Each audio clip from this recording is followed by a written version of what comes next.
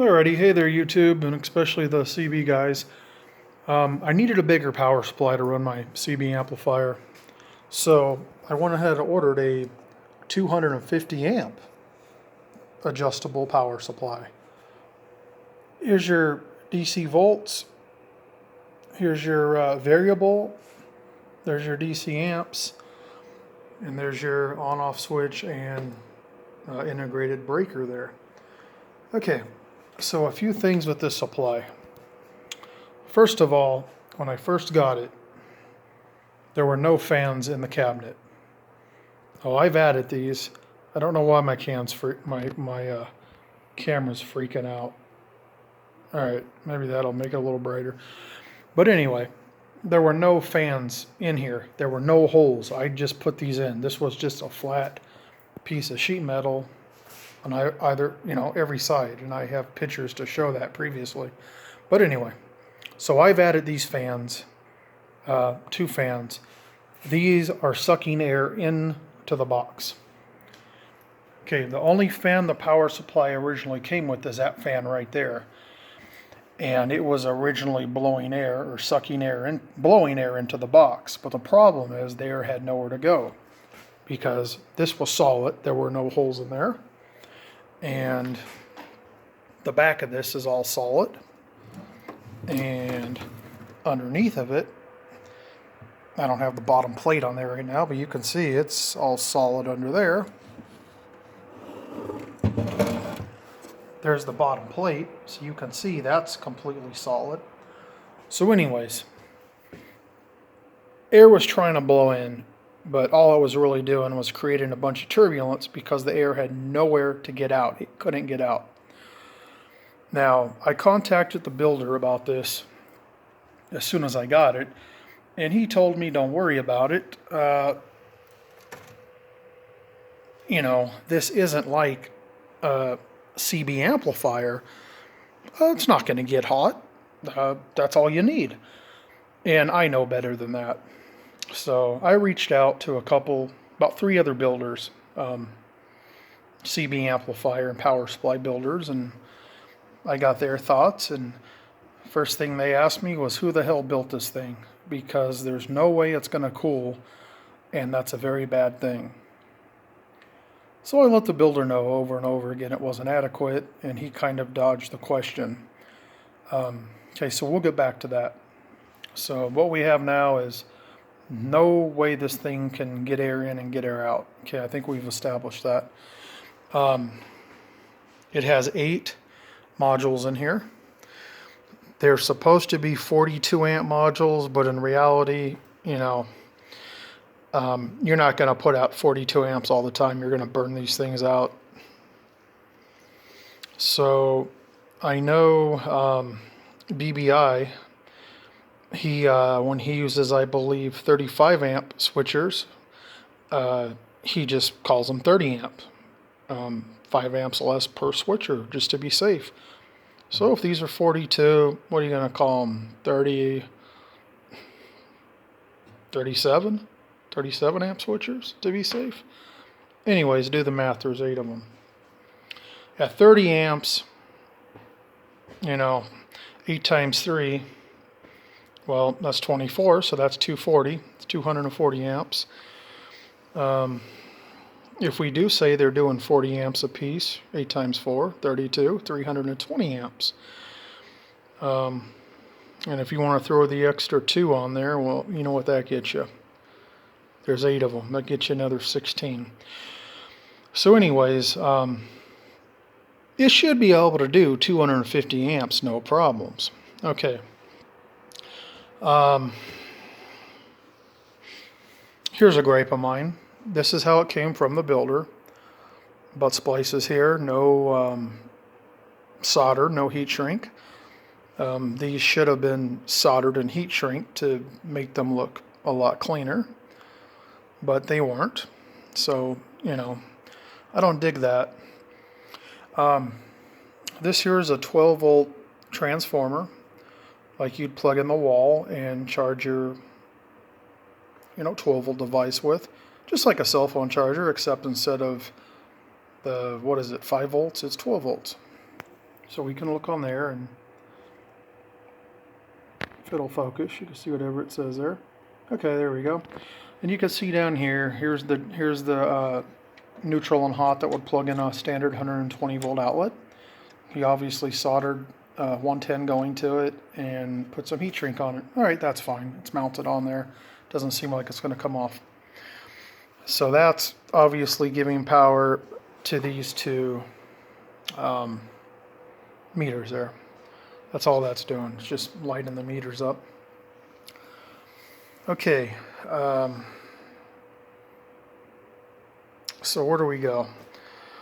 So when this came, I noticed right away it had a lot of voltage drop. I'm not going to hook it up right now. It's out of my garage. I just got done with it. But I had to basically run it at 15.5 volts for 100 amps worth of draw. It would drop down to 14.5. So I had to lose 1 volt at 100 amp draw. When I go up to 160 amp draw, I'm losing close to 1.5 volts. I put my carbon pile tester on here and tried to go up to 250 amps, and the voltage went from 15.5 all the way down to like 13 amps. 13 volts, excuse me. So that's no good. The builder told me this thing should run 250 amps with 0 voltage drop, or like 0.2 of a volt drop max at full load. Well, that's not how things were going. Now, my amplifier has HG transistors in it. They're not Toshiba, so I don't want to run it at 15.5 or 16 volts, and then when I key, compensate forward and let it drop down. This isn't an unregulated supply. This is a regulated supply. It's supposed to hold voltage steady. It wasn't. Okay, I've got a dedicated 240 volt line running from my main breaker box, 30 amp, running to a dedicated outlet just for this power supply. So power supply, is running off 240, and then this is feeding the 12 volts into the amplifier. Okay, I specifically requested this plug. You can see how thick this wire is. Nice thick wire. Alright. So when it first came, I was having all that voltage sag. The breaker was a no-name breaker, and it failed in a day. It wouldn't latch up. So I had to order another one. I couldn't find any. It was an Airpax one made in Mexico. I don't know if you guys are familiar with it, but I went ahead and ordered a Carling breaker from my local Granger. It cost me like $43, $44.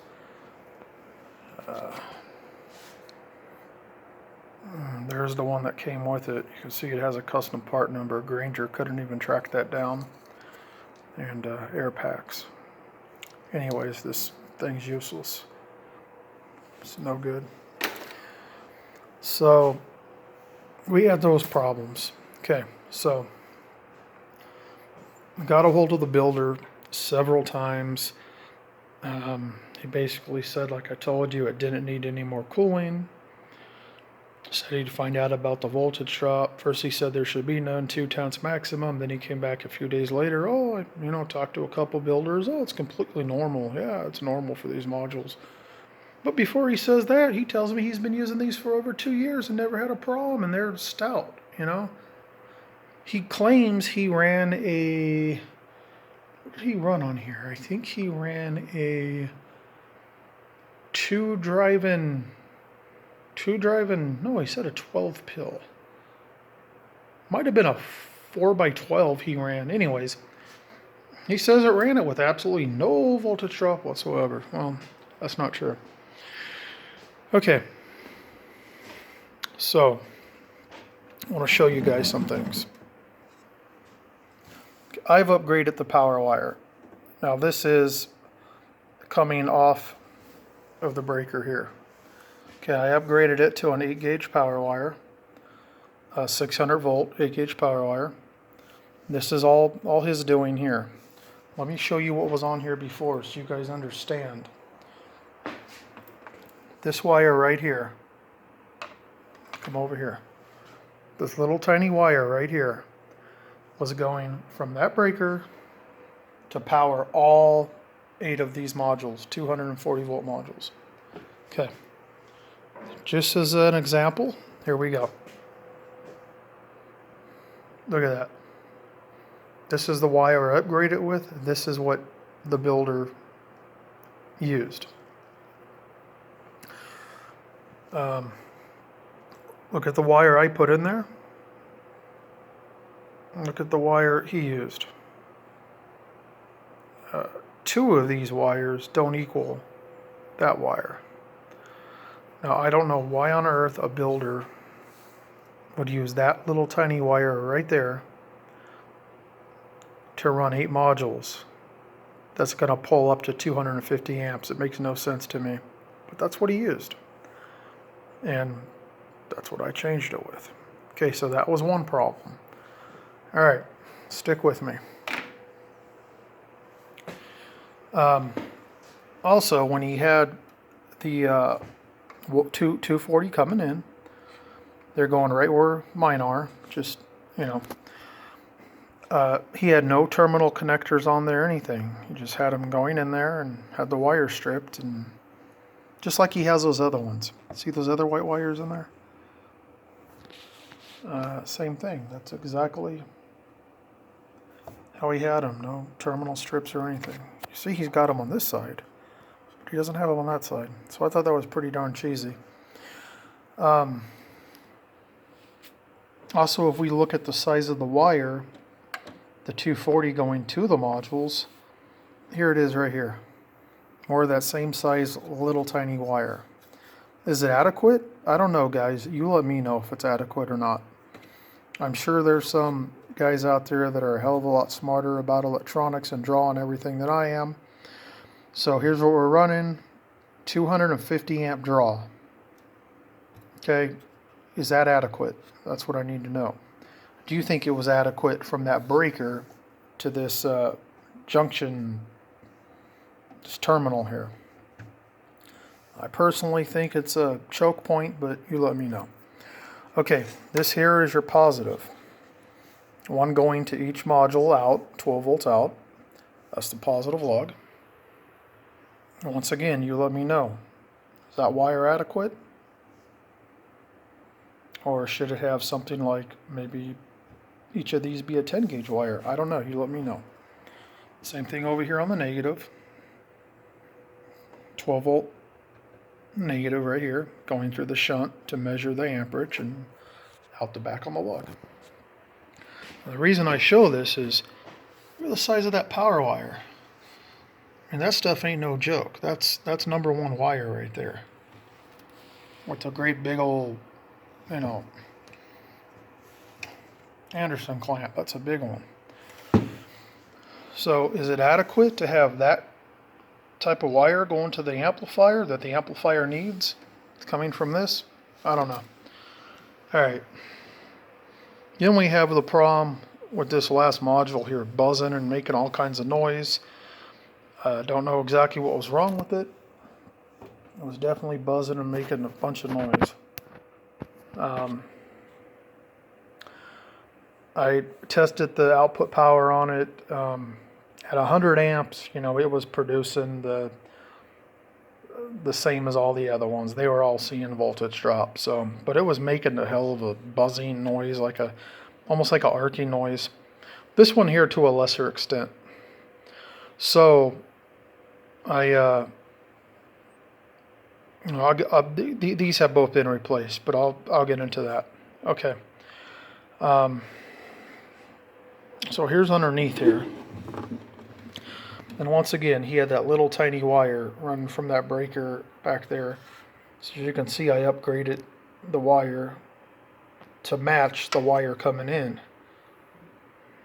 the 240 coming in, going out to the terminal block up there. And these spade terminals are all soldered on.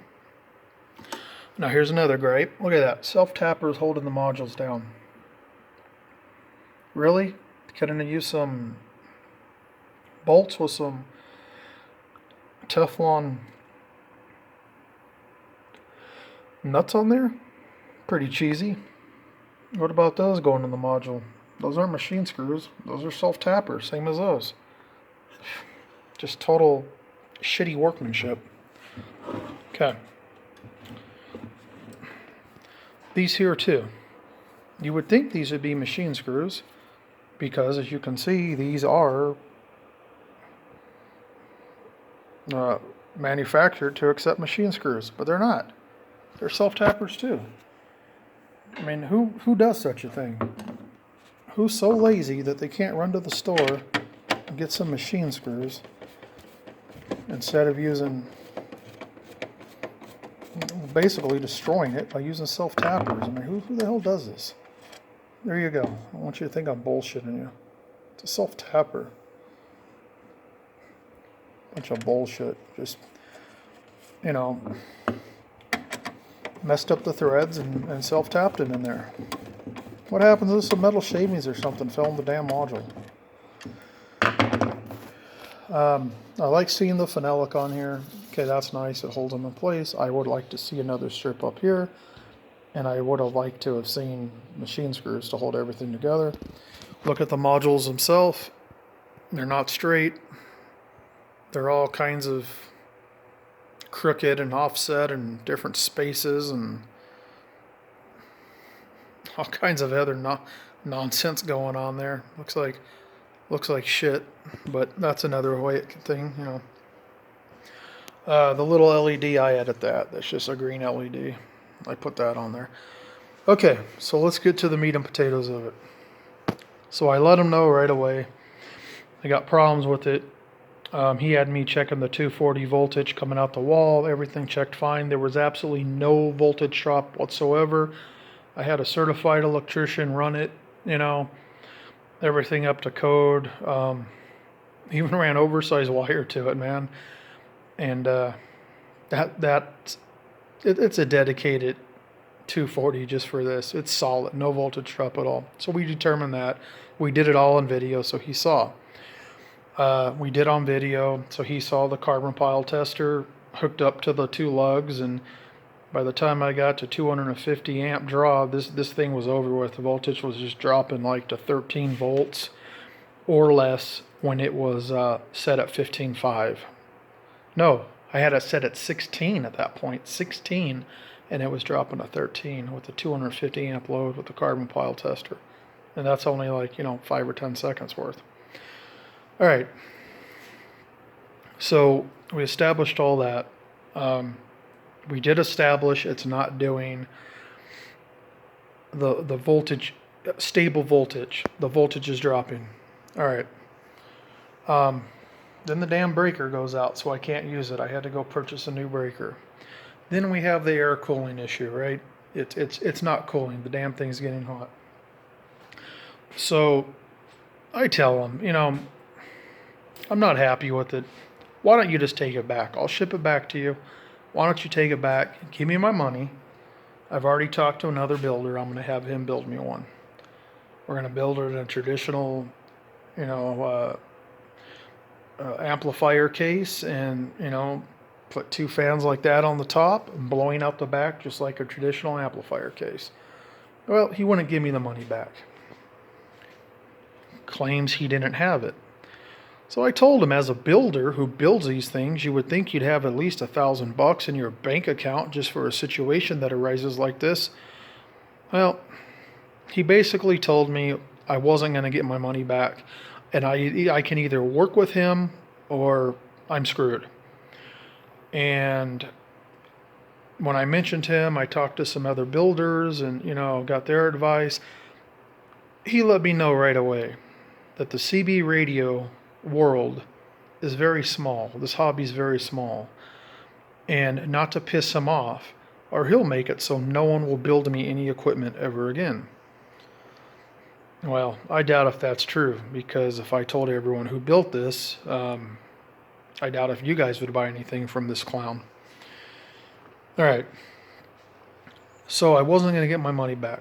So he tells me, you know, there's insurance on it. I shipped it to you. I got insurance on it. I put $1,000 of insurance on it. I'm going to put a claim in, and you'll be hearing from the post office and try to get the money that way. And I explained to him, there's nothing wrong with it. It's physically not damaged. There's nothing damaged with it. You can see there's no damage anywhere. So he says, well, it must have got damaged in shipping because it worked when it was here. No, there's no way it could have worked to the full extent. But anyways, there's no damage to the case anywhere. Let me show you something. This lower box right here is the box it was shipped in from the builder. And there's absolutely no damage anywhere. I don't want to get his name on there because his name's on there somewhere. But you can see there's absolutely no damage to this box whatsoever. And that is the box it was shipped in. Perfect. So he goes and puts in a claim with the United States Post Office. And took about 2 weeks. They sent me a letter. And they told me, bring the box it was shipped in and the item, which is this item, which there's no damage. They'll look at it, they'll document it, they'll take pictures, and we'll go from there. Well, I wasn't going to take this down there because there's nothing wrong with it. That would be fraudulent. I mean, totally 100% fraudulent. Dude was just trying to save his ass and not have to cough up the money to, take this thing back. He knew it wasn't built right. So I can't take this to the post office. There's nothing wrong with it. I mean, that's bullshit. I mean, it's perfect. So I hounded him and hounded him and hounded him, and finally he agreed this is what he was going to do. He said he'll send me 2 modules right here on the end, right here, to replace the one that was buzzing and the one that was really buzzing, which he did. And I finally got him to say he would send me 2 fans. He says I didn't need them, but I was persistent, so I got the fans. And what else did he send? Got him to send. Oh yeah, he sent another breaker, but it was another one of those cheap air packs ones. So that's sitting somewhere. I'm still at like $43 on that.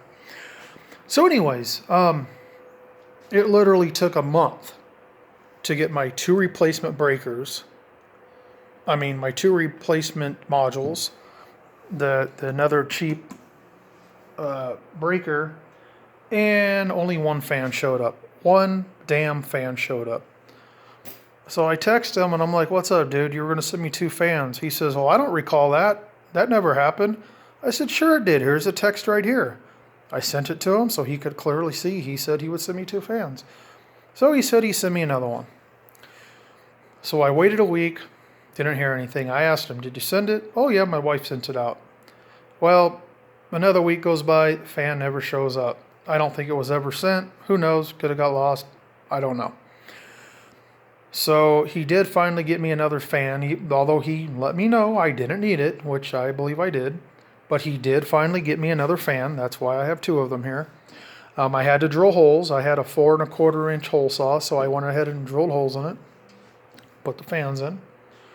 That's what these wires are for here, so I can plug the fans in. So they finally came. Okay, got the modules in, got the fans on. Another thing, the case didn't even come clear coated. It was just rough like this. You can hear it. I went ahead and cleaned it all up and clear coated it, make it look how it should. Put it all back together, and guess what? We still got voltage drop. Even with the 2 modules that were buzzing. At least it's cooling now. It's pushing so much air in here, and this sucker's pulling it out, man. It's definitely cooling it, which is awesome. But we still got voltage drop. So I'm looking at these wires, and I'm thinking, you know what? Do I need to upgrade these to like a 10 gauge? I'm not sure. I'm gonna wait. Because this does look like a, I don't know, I didn't put a soldering iron on it, but I'm guessing it's probably Teflon. Not sure. So I'll wait on that. So then, I got to looking at this, and I asked my buddy, what do you think about the 240 going in? I mean, it's that size right there, that little tiny wire. This wire here I showed you. Those are the two lines going in for the 240. My buddy says, man, that's too small. You got this big old cord coming in from the wall. You got these big old 12-volt leads going to your amplifier.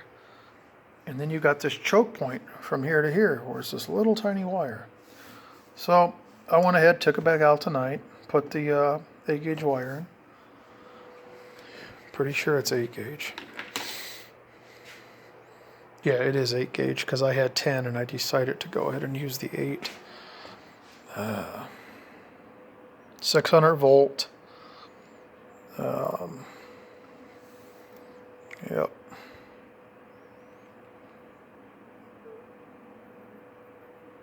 Yeah, I think it's right there. It says 600 volt. So I did that. No, I haven't ran it on 240 as of yet. I've been out here running it in the garage on 120, because you could set these to 120. Set them all to 120. Tried it. And at 120, at 100 amp draw, I still had some voltage drop, but not pretty significant, but not as bad as it was before. So I'm hoping when I take it in the house now with the new wires and the 240, the voltage drop will definitely be minimized. We'll see. I may have to change this wire. That's what I'm concerned about now. You guys let me know. So anyways, okay, self-tapping screws. Modules are not straight. I've been dicking around with this for 3 months now. 3 months from when I, got it to now. I mean, I've been dicking around with it for 3 months with this builder. Self-tappers on the bottom, which is just dog shit. Self-tappers going to the modules there. Now, you guys let me know what you think. Tell you what I paid for it. I paid $950 for it. I could have got one for a couple $100 less from a couple of the other builders. So with all the problems, you let me know. Would you have this guy build you a power supply or an amplifier or anything else? Now he's been a popular builder.